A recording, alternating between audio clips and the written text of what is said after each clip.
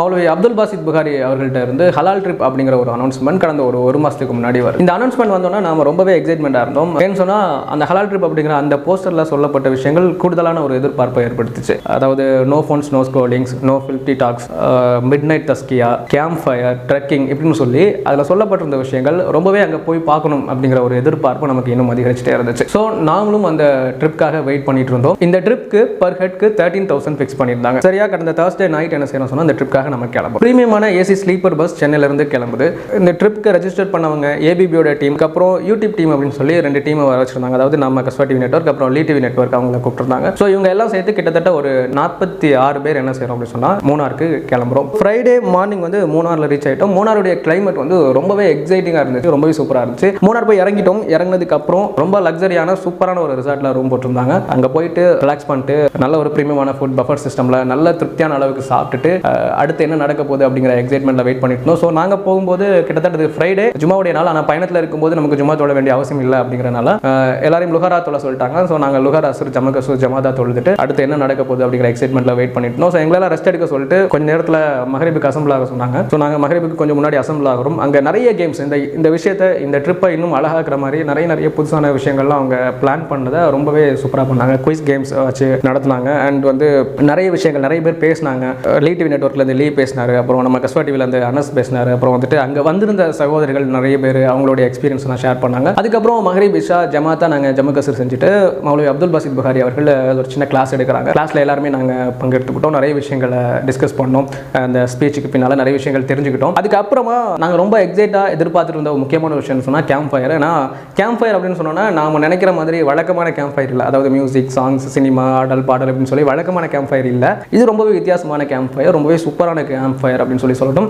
Camp ஃபயருக்காக wait பண்ணிட்டு இருந்தோம். அந்த ஸ்பாட் நாங்கள் போயிட்டோம். அப்துல் பாசித் புகாரி அவர்கள் வந்தாங்க. நிறைய விஷயங்கள் நிறைய தாவா செஞ்சாங்க. நிறைய விஷயங்கள் பற்றி பேசினாங்க. ரொம்ப மழை பெஞ்சிட்டு இருந்த டைம். ஒரு பக்கம் நாங்கள் இங்கே ஷூட் பண்ணிட்டு இருக்கோம் அவருடைய ஸ்பீச்சை, இன்னொரு பக்கம் பசங்கள்லாம் சுற்றி நிற்கிறாங்க. நிறைய விஷயங்கள் கேட்டு தெரிஞ்சுக்கிட்டு டிஸ்கஸ் பண்ணிட்டு அங்கேருந்து நாங்கள் கிளம்பி போகிறோம். ஸோ கேம்ப் ஃபயர் முடிஞ்சு நாங்கள் கிளம்பும்போது எங்களை அடுத்த நாள் தஹஜ்ஜுதுக்கு அசம்பிள் ஆக சொல்லி சொன்னாங்க. ஸோ காலைல நாங்கள் ரெடியாகி ஒரு 3 to 4 அசம்பிள் ஆகிட்டோம். எல்லாருமே தஹஜ்ஜுத் தொழுதோம். தஹஜ்ஜுத் தொழுகி முடிச்சுட்டு ஃபஜ்ர் தொழுதோம். ஃபஜ்ர் தொழுதுட்டு அப்துல் பாசித் புகாரி அவர்கள் அவங்களுடைய கிளாஸ் ஆரம்பிச்சாங்க. ரொம்பவே நல்லா இருந்துச்சு அந்த கிளாஸ். ரொம்பவே ஒரு பயான் மாதிரி இல்லாமல் ஒரு நல்ல ஒரு டிஸ்கஷன். எங்கள் கூட பர்சனலாக நிறைய விஷயங்கள் பேசினாங்க. எங்களோட பர்சனல் விஷயங்களை கேட்டு தெரிஞ்சுக்கிட்டாங்க. அவங்களோட விஷயங்கள் நிறைய ஷேர் பண்ணாங்க. அடுத்த நாள் காலையில் எல்லாம் முடிச்சுட்டு நாங்கள் கொஞ்சம் ரெஸ்ட் எடுத்துட்டு பிரேக்ஃபாஸ்ட்லாம் முடிச்சுட்டு நிறைய கேம்ஸ் வந்து நடந்துச்சு. அப்துல் பாசித் புகாரி அவர்கள் கபடி விளையாண்டாங்க அண்ட் கொக்கோ விளையாண்டாங்க. இப்படி ரொம்பவே ஜாலியாக அந்த நாள் வந்து இருந்துச்சு. அன்னைக்கு நைட் வந்து நாங்கள் 10 ஸ்டே பண்ண போகிறோம் அப்படின்னு சொல்லியிருந்தாங்க. அது ரொம்பவே எக்ஸைட்மெண்ட்டாக இருந்து எப்படி இருக்க போகுது 10 ஸ்டே அப்படின்னு சொல்லி எதிர்பார்ப்போடு இருந்தோம்.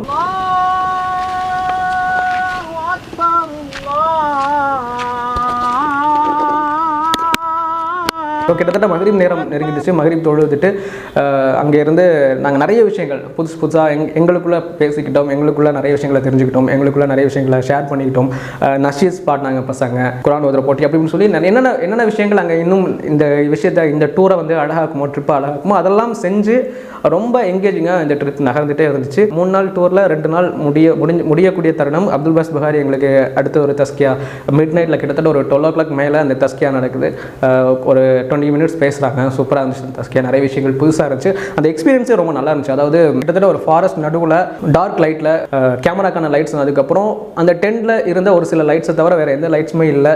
அந்த இருட்டில் அப்படி உட்காந்து அந்த பயானை கேட்குறது, அந்த அமைதியான இடத்துல உட்காந்து கேட்குறதுலாம் ரொம்ப ஒரு புதுமையான எக்ஸ்பீரியன்ஸை கொடுத்துச்சு அப்படின்னு சொல்லலாம். So second day midnight தஸ்கியா அப்துல் பாசித் புகாரி அவருடைய பயானோட அந்த செகண்ட் டே முடிவடையுது. அதுக்கப்புறம் நாங்களாம் எங்களுடைய டென்ட்டில் போயிட்டு ஜாலியாக தூங்க ஆரம்பிச்சிட்டோம். நல்லா இருந்துச்சு. அந்த டென்ட் ரொம்பவே சூப்பராக இருந்துச்சு. அதுக்கு அடுத்த நாள் நெக்ஸ்ட் டே வந்து நாங்கள் சாப்பிட்டுட்டு ட்ரெக்கிங்காக கிளம்பணும். கிட்டத்தட்ட ஒரு 15 kilometers டிஸ்டன்ஸ் இருக்கிற ஒரு மலை உச்சிக்கு நாங்கள் போகணும், ட்ரெக்கிங் போகணும். ஆனால் அதிகமான மழை பெஞ்சிட்டு வந்ததாலையும் பசங்களும் ரொம்ப டயர்டாக இருந்ததாலையும் அந்த ட்ரெக்கிங் அப்படிங்கிறத ஜீப் சவாரியாக மாற்றிட்டாங்க. ஸோ பேக்கேஜில் இல்லாத ஒரு விஷயம், திரும்ப செலவு பண்ணி ஜீப்லாம் வர வச்சு கிட்டத்தட்ட ஒரு 7-8 ஜீப் 46 பேர் போகிற மாதிரி ஒரு 5 பேர் வச்சு ஒரு ஜீப்பில் ஜீப் சவாரி ரொம்பவே நல்லா இருந்துச்சு, புதுசாக இருந்துச்சு. அந்த ஹாஃப் ரோட்டில் ஜீப்பில் போனது, மலை ஏறும்போது திரும்பி வரும்போதுலாம் ரொம்ப அந்த எக்ஸ்பீரியன்ஸ் ரொம்ப சூப்பராக இருந்துச்சு. அதுக்கப்புறம் மேலே மலை உச்சிக்கு போய் அப்துல் பாசித் புகாரி வந்து நிறைய விஷயங்கள் பேசுகிறாங்க, நிறைய தாவா செய்கிறாங்க, கிளாஸ் எடுக்கிறாங்க.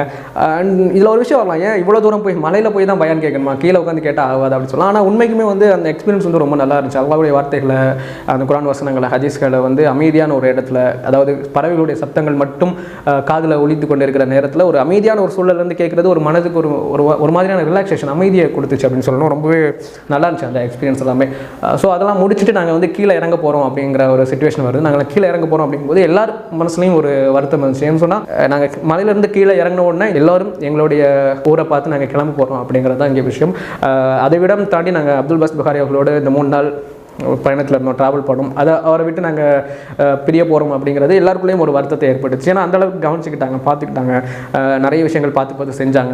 ஸோ அது அங்கேருந்து நாங்கள் நகர போகிறோம் அப்படிங்கிறது ஒரு மன வருத்தத்தோடு அங்கேருந்து மலையிலேருந்து கீழே இறங்குறோம். எங்களுடைய லக்கேஜஸ்லாம் எடுத்து பஸ் போயிட்டோம், அங்கேருந்து கிளம்ப போகிறோம். இந்த ட்ரிப்பை பற்றி சொல்லும்போது இன்னொரு விஷயத்தை இங்கே சொல்ல வேண்டியது இருக்குது. பொதுவாக அப்துல் பாசித் புகாரி அவர்கள் எந்த ஒரு விஷயத்தை செஞ்சாலும் விமர்சனங்கள் எந்த அளவுக்கு அது அங்கீகரிக்கப்படுகிறதோ அந்த அளவுக்கு விமர்சனங்கள் அவர் மீது ரொம்பவே வரும். அதே மாதிரி இந்த விஷயத்திலையும் எந்த ஒரு குறையும் இல்லாமல் கணிசமான விமர்சனங்கள் அவர் மீது வைக்கப்பட்டுச்சு அப்படிங்கிறத நம்ம இப்போ சமீபத்தில் பார்க்க முடிஞ்சது. அது என்ன ஹலால் ட்ரிப்பை ப்ராஃபிட்காக, லாப நோக்கத்துக்காக பண்ணது அப்படிலாம் சொல்லி நிறைய விஷயங்கள் பார்த்துட்டே இருந்தோம். அப்துல் பாசித் புகாரி அவர்களுடைய அறிமுகம் அப்படிங்கிறது எங்களுக்கு எப்படி அப்படின்னு சொன்னால், அந்த கடந்த ஒரு 2 மாதத்துக்கு முன்னாடி பாட்காஸ்ட்காக அவரோட சந்திச்சிருந்தோம். அப்போ ஒரு 3 நாள் அவரோட ட்ராவல் பண்ண வேண்டிய ஒரு சுச்சுவேஷன் அமைஞ்சது. அதுக்கப்புறம் இப்போ இந்த டூருக்காக ஒரு 3 நாள் அவரோட ட்ராவல் பண்ணோம். இந்த குறுகிய காலத்தில் அவரை பற்றி நாங்கள் தெரிஞ்சுக்கிட்ட வரைக்கும் ரொம்ப ரொம்ப ரொம்ப நல்ல மனிதர், ஒரு குட் சோல் அப்படின்னு சொல்லலாம். ரொம்ப நல்ல கேரக்டர், அவர் நல்லா கவனிச்சுப்பார். நாங்கள் போன தடவை பாட்காஸ்ட்காக போயிருந்தப்போ கூட எல்லா ஒரு விஷயத்தையும் கவனித்து செஞ்சு எங்களுடைய ட்ராவல் எக்ஸ்பென்சஸ், அது மாதிரி கேமரா, ரெண்டு அக்சசரிஸ், அந்த ஷூட்காக நாங்கள் செலக்ட் பண்ணி இந்த இடம் அப்படின்னு சொல்லி எல்லா விஷயத்தையும் பார்த்து செஞ்சு அவங்க தான் அந்த விஷயத்தை செலவு பண்ணாங்க.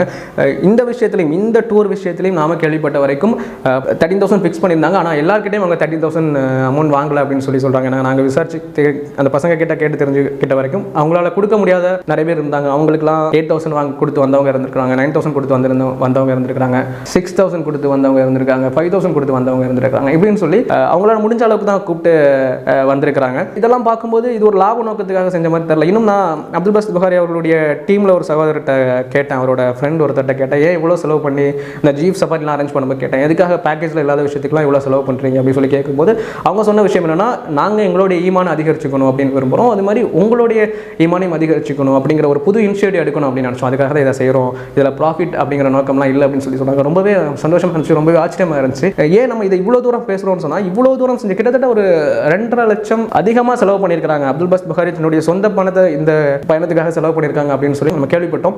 ஏன்னா இவ்வளோ செஞ்சும் ஏன் அவர் இவ்வளோ தூரம் அவருடைய விமர்சனங்கள் அவர் மேல் வைக்கப்படணும் அப்படிங்கிறதான் இவ்வளோ இந்த விஷயத்தை இவ்வளோ தூரம் பேசுறதுக்கான காரணமாக இருக்குது. ஏன்னு சொன்னால், இப்படி நாங்கள் பேசுகிறத, இந்த விஷயத்தை வெளியில் சொல்கிறத, அவர் இவ்வளோ செலவு செஞ்சார் அவ்வளோ செஞ்சார் அப்படிங்கிறத சொல்கிறத கண்டிப்பாக அப்துல் பாசித் புகாரி கண்டிப்பாக விரும்ப மாட்டாங்க அப்படிங்கிறது ரொம்பவே நல்லா தெரியும். இருந்தாலும் சொல்ல வேண்டிய ஒரு தேவை, ஒரு கட்டாயம் ஏற்பட்டிருக்கு அப்படிங்கிறதுனால தான் இந்த இடத்துல இதை இவ்வளோ தூரம் பேசுகிறோம். அதாவது அவர் மீது வைக்கப்படுற இந்த விமர்சனங்களுக்கும் அவர் மீது சொல்லப்படுற இந்த அவதூறுகளுக்கும் துளி அளவு கூட அவர் தகுதியானவர் அல்ல அப்படிங்கிறத அவரோடு பழகின இந்த குறுகிய நாட்கள் ரொம்பவே சொல்லி கொடுத்துச்சு. ஸோ ஹலால் ட்ரிப் ரொம்பவே நல்லா இருந்துச்சு, ரொம்பவே சூப்பராக என்ஜாய் பண்ணிட்டு நிறைய விஷயங்கள் தெரிஞ்சுக்கிட்டு நிறைய விஷயங்களை கற்றுக்கிட்டு ஒரு கனத்த இதயத்தோட திரும்ப வந்திருக்கிறோம். கடைசியாக இப்படி ஒரு இனிஷியேட்டிவ், ஒரு சூப்பரான ஒரு இனிஷியேட்டிவ், ஒரு புதுமையான முயற்சி இதை எடுத்ததற்காக மௌலவி அப்துல் பாசித் புகாரி அவர்களுக்கும் அவருடைய நிறுவனத்திற்கும் நாங்கள் நன்றி சொல்லிக்கிறோம். ஜஸாக்குமுல்லாஹ் ஹைரன் ஷுக்ர். இன்னும் இது மாதிரி நிறைய விஷயங்களை அவங்க செய்யணும் அப்படின்னு சொல்லி நாங்கள் ஆசைப்படுறோம். அல்லாஹ் அவர்களுக்கு அருள் செய்யணும் அப்படின்னு சொல்லி பிரார்த்திக்கிறோம். அவருடைய பொருளாதாரத்தில் அபிவிருத்தியை வழங்கணும் அப்படின்னு சொல்லி பிரார்த்திக்கிறோம். சில இந்த கிளிப்ஸில் நாங்கள் கற்றுக்கிட்டது மட்டும் இல்லாமல் நிறைய விஷயங்கள் நாங்கள் ஷூட் பண்ணிட்டு வந்திருக்கிறோம். நிறைய கிளிப்ஸ், நிறைய பயான், அவர் எடுத்த கிளாஸஸ், தஸ்கியா